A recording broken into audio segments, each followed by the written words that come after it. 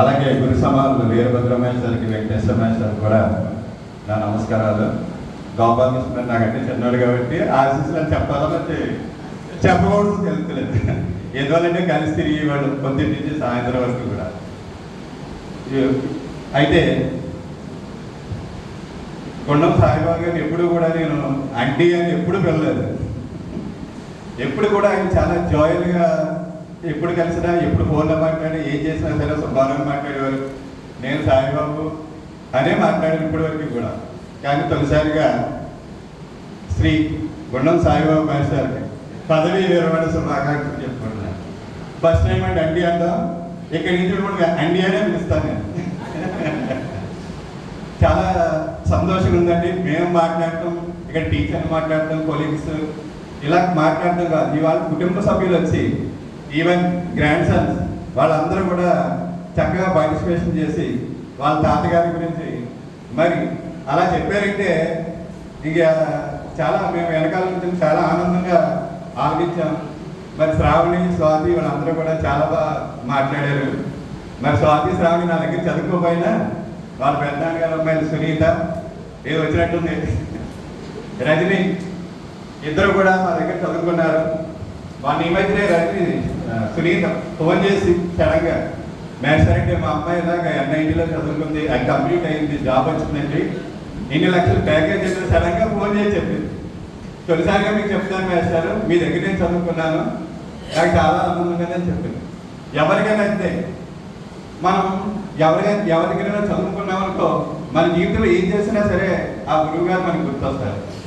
అలాగే ఈ సందర్భంగా ఒక విధంగా గుండం సాయిబాబా మాస్టారు, వెంకటేశ్వర మాస్టర్ నా గురువుతో సమానం. ఎందువల్లంటే వెంకటేశ్వర మాస్టర్ చెప్పారు, సాయిబాబు లేకపోతే నేను ఉద్యోగం చేసి ఉండేవాడిని కాదు. ఇద్దరు వెళ్ళి బెంగళూరులో చదువుకున్నాను. వాళ్ళిద్దరూ వెళ్ళి బెంగళూరులో వెళ్ళి చదువుకుని వచ్చి వెనకాల మమ్మల్ని పంపించారు. మాకు ఒక మార్గదర్శకులు అయ్యారు. మార్గదర్శకులు అంటే గురువులతో సమానం కదండి. దానికి గోపాలకృష్ణ, బలరాం కూడా వాళ్ళకి కూడా ఈ సభావేదికగా మరి కృతజ్ఞతలు చెప్పుకోవాలి. మరి ఈ సందర్భంగా సాయిబాబా మాస్టర్కి, వెంకటేశ్వర మాస్టర్కి సదా ఎప్పుడు కూడా రుణపడి ఉంటాం.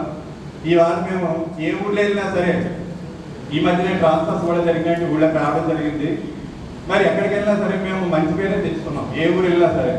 అలా తెచ్చుకోవడానికి కారణం సత్సాంగత్యం. వీళ్ళతో కలిపి పనిచేయకపోయినా వీళ్ళతో తిరిగింది. నేను మొన్న సాయిరంగంతో 3 నెలలు పనిచేసేదని చెప్పాను, కానీ వెంకటేశ్వర మాస్టర్ కూడా కలిసి చేశారు. అయితే అఫీషియల్గా కాదు. మేము గవర్నమెంట్ పక్కన ఇక్కడ హ్యాబిటేషన్ ఉన్నదండి, అక్కడ టీచర్ ఉండేవాడు కాదు. ఒక్కొక్క డిప్యూటేషన్ మీద ఒక్కొక్క స్కూల్ నుంచి 15 రోజులు ఒక్కొక్క స్కూల్ నుంచి ఒక్కొక్క మాస్టర్ వెళ్ళాలని చెప్పారు. నాకు వెంకటేశ్వర మాస్టర్కి జాయిన్ చేశారు. 15 రోజులు వెళ్ళేవాడు.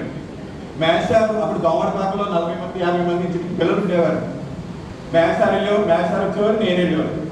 మాస్టర్ క్లాస్ తీసుకోగానే వెంటనే ప్రేయర్ అయిపోయిన తర్వాత పాఠం తీసుకుని ఒక చక్కగా మంచి పాట చెప్పేవారు అనమాట.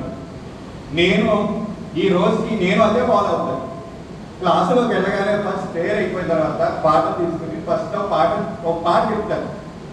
అలా చెప్పడానికి కారణం వెంకటేశ్వర మాస్టర్.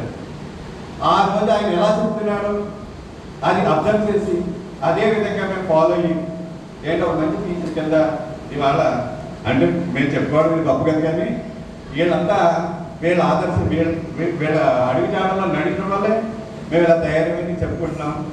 మరి సాయిబాబా సార్ ఈ శాస్త్ర జీవితం అంతా ఆనందంగా గడపాలని కోరుకుంటూ నాకు ఈ అవకాశం ఇచ్చిన అధ్యక్షుల వారికి ధన్యవాదాలు తెలుపుకుంటున్నాను.